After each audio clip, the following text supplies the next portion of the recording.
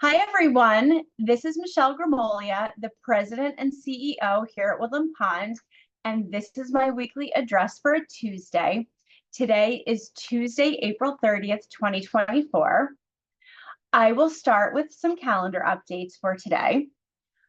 To start with, today at 2 p.m. in the PAC, we are going to start with fall recovery training in the PAC at 2 p.m. in the PAC, as I just said, with Jonathan Papon, our director of our rehabilitation program. This is an excellent training for anyone that would like to come. And what this is learning how to assist yourself or others to get off the floor if you have fallen and you don't have pain, but you're not really sure how to get up off the floor. We call it the two-chair method, and it's getting yourself up off the floor using two chairs. Many of our staff have been trained in this, and you or your loved one can be trained on this method. I would strongly encourage you to attend this training in the PAC today. It's really wonderful, and it can help you get off the floor using two chairs, and that's at 2 p.m. in the PAC today. Tomorrow, which is Wednesday, at 3 p.m. in the PAC, actually, it will be in the courtyard or in the PAC if it's raining. It will be folk singing, and that will be old and new union and working people's folk songs. And after all, it is May Day.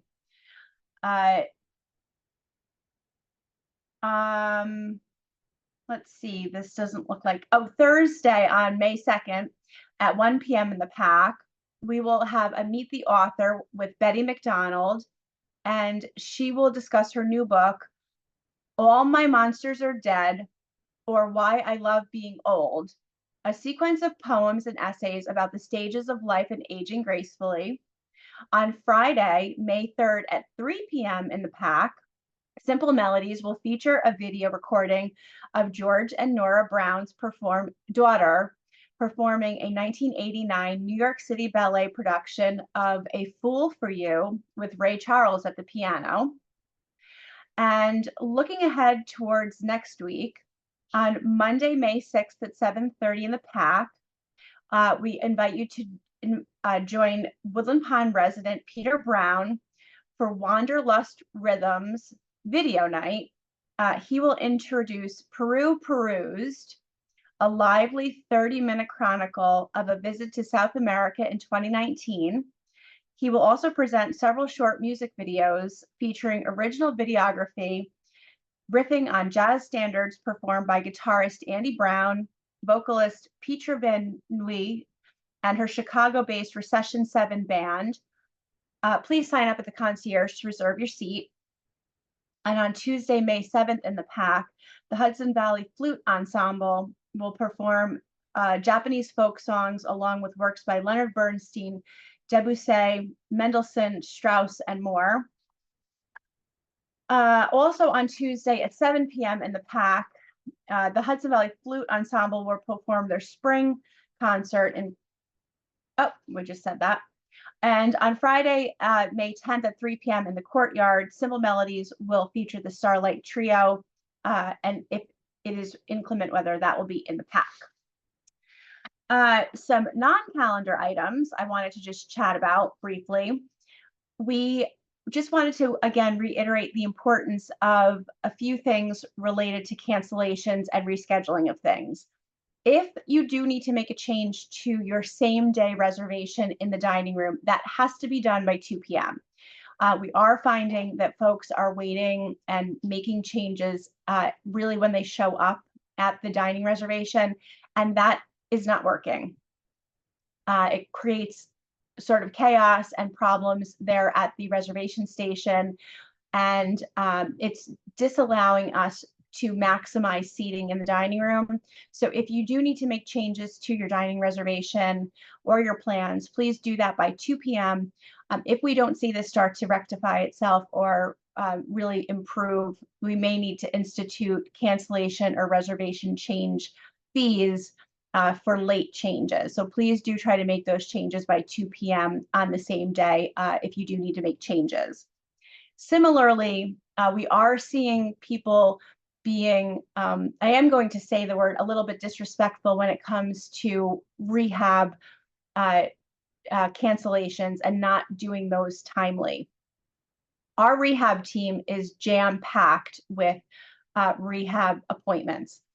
And we are seeing sort of repeat offenders with people not being respectful of the rehab team's time with canceling appointments. You really should be treating the rehab folks' time just as you would any other appointment. And we really do need you to make sure that you're canceling if you do have a conflict with 24 hours notice, or if you wake up and you're not feeling well. You should only be canceling if you're truly sick. Just not feeling like you want to go is not a good enough excuse not to cancel, not to attend. The time is valuable. We don't have the ability to fill your vacant appointment. We may have no choice but to put cancellation fees in place if we continue to see repeat cancellations.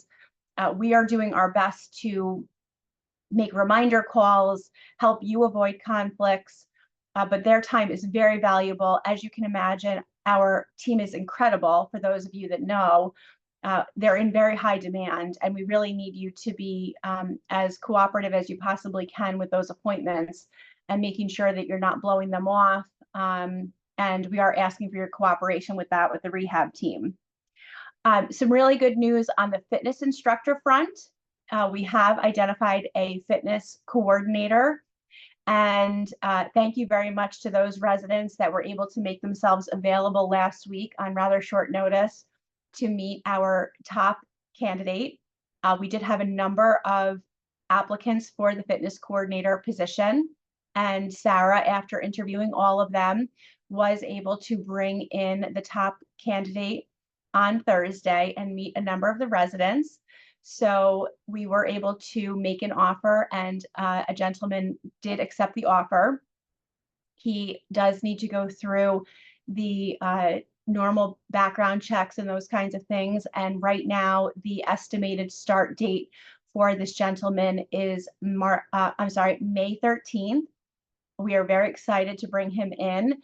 And as I had announced, I think it was last week, the position will evolve from the former position that we had. It will be a more comprehensive role. And we look forward to this gentleman joining us in a couple of weeks. And again, thank you to the residents that participated in that process. A reminder that our preventative paving process will begin next week on Tuesday. There will be maps hung. There are already maps hung telling you which parking lot and which part of our perimeter road will be repaved next week, starting on Tuesday.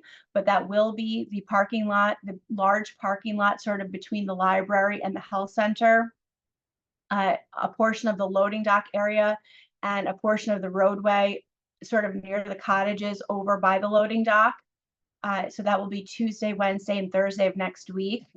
The affected cottages have been notified, and there will be ample amounts of signs and obviously cones and things like that marking off where you cannot park.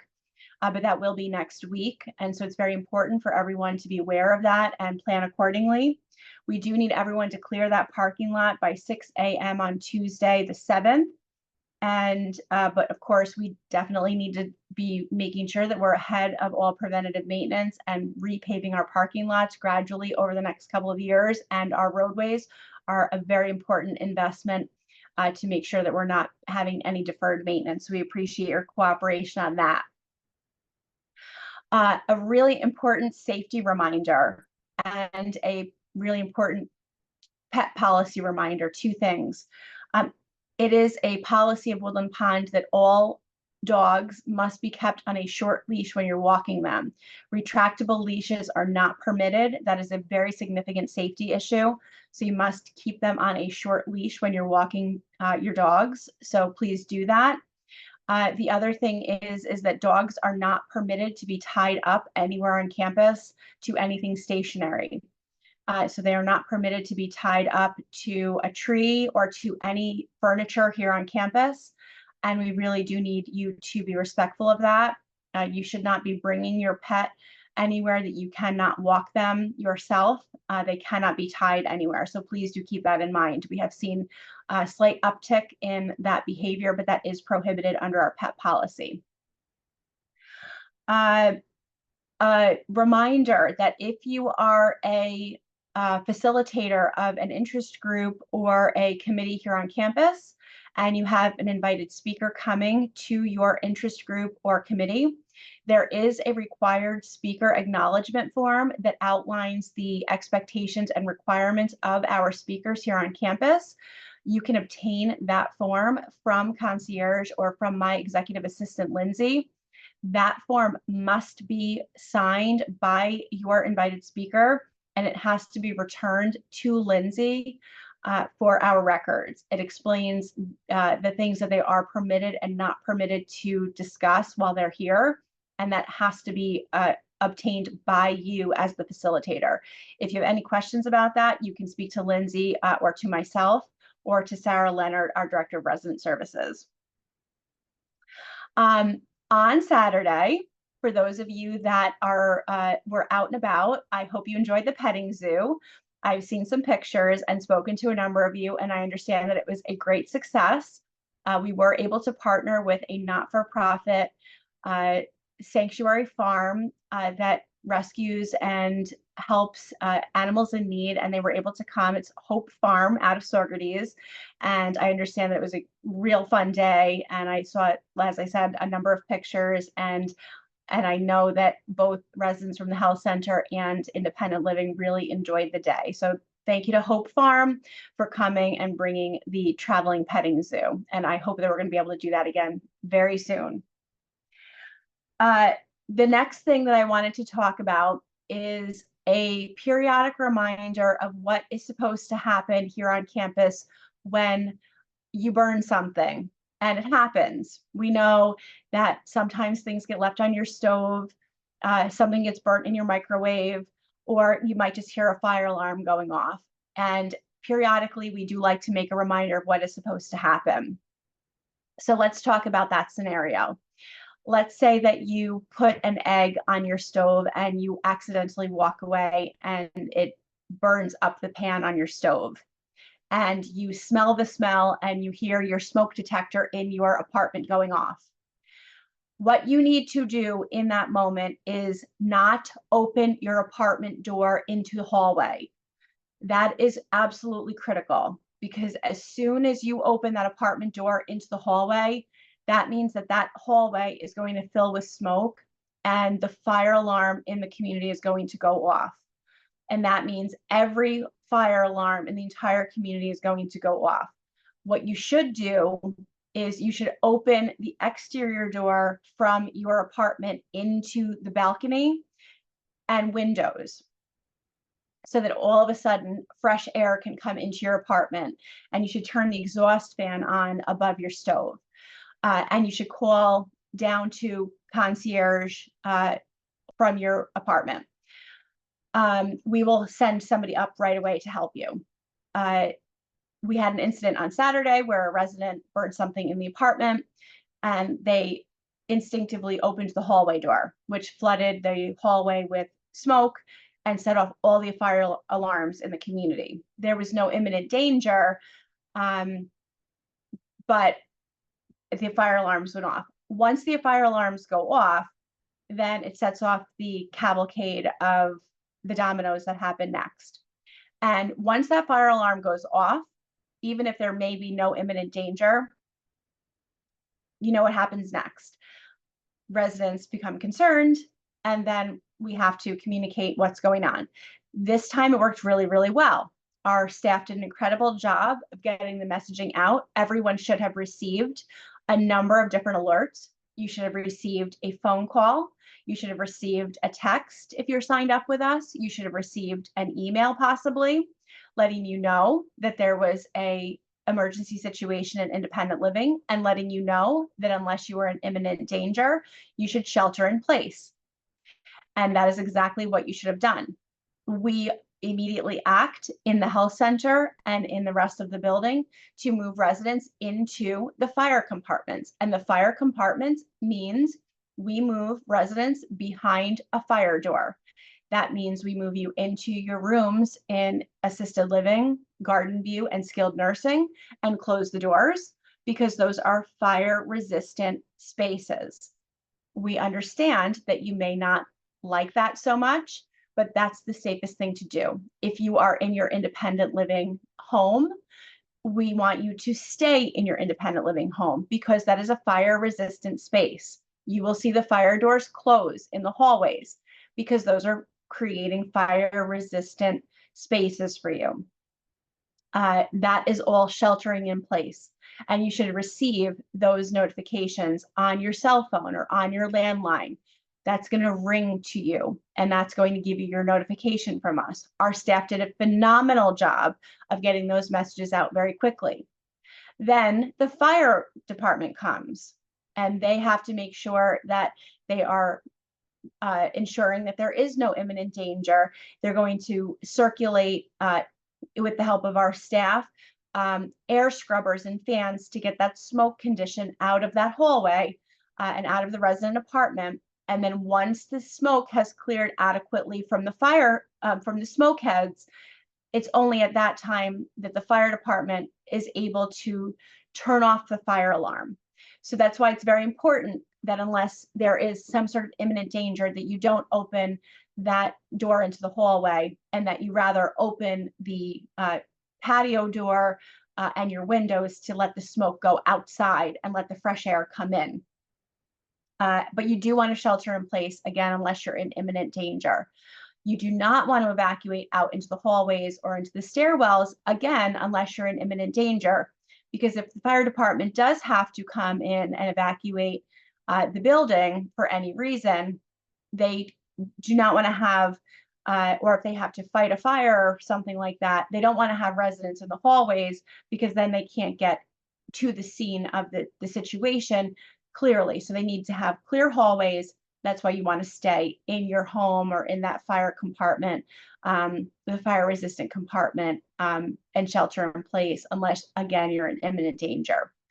As you heard when you got the alert on Saturday, we do not want people calling concierge. We do not want people calling reception because those staff members need to be present to be able to call out to make the alerts to you. They need to be able to call out to the emergency responders. And again, they did a fantastic job. You all did a great job. But again, it's just this reminder that if you do have an emergency situation like that, you want to open up those patio doors, you want to open up the windows, let that fresh air in. Do not open the door into the hallway, because as soon as you do that, it floods that smoke out into the hallway, and that's what's going to set those fire alarms off out in the hallway. If you have any questions on this, you can contact concierge. You can certainly contact Tom Tango. He is sort of the person in charge of all of these things. You can contact me. You can send me an email, give me a phone call. We can talk about those things. The last thing I want to just mention, you all saw this in an email from my assistant, Lindsay, in March. We've sent out a couple of other notices on this. This afternoon at 5 p.m. is the Health Center Quarterly Family Council Zoom meeting. The family members of our health center residents are invited to come to this meeting if you'd like to. This is not to discuss any specific resident concerns. This is to discuss policies and procedures or protocol questions that you might have. We can send you, again, that Zoom link had already gone out, but we can send it out to you again if you don't have that on your calendar. This is, again, just to ask, questions about, how does this policy work, or what should I expect about, this meal time or whatever. It's attended by a number of our higher level administrative staff members, our director of social services, myself, our administrator, our unit managers, so on and so forth. Again, that's at 5 p.m. today. You've seen the invite go out a couple of different ways at this point. We hold those quarterly. I hope you're all well. Oh, just one more thing I almost failed to mention. Thank you all so much. At this point, we've received roughly 100 responses to the audiovisual survey that we sent out last week. That is now the third or fourth survey that we've sent out related to the master planning. Keep the responses coming. We're reading them. They're super helpful. We'll probably send another one out this week or next. So keep those responses coming. The feedback has been excellent. And we're looking forward to some really good stuff happening in the next few weeks. Take care and have a great week. Thanks so much.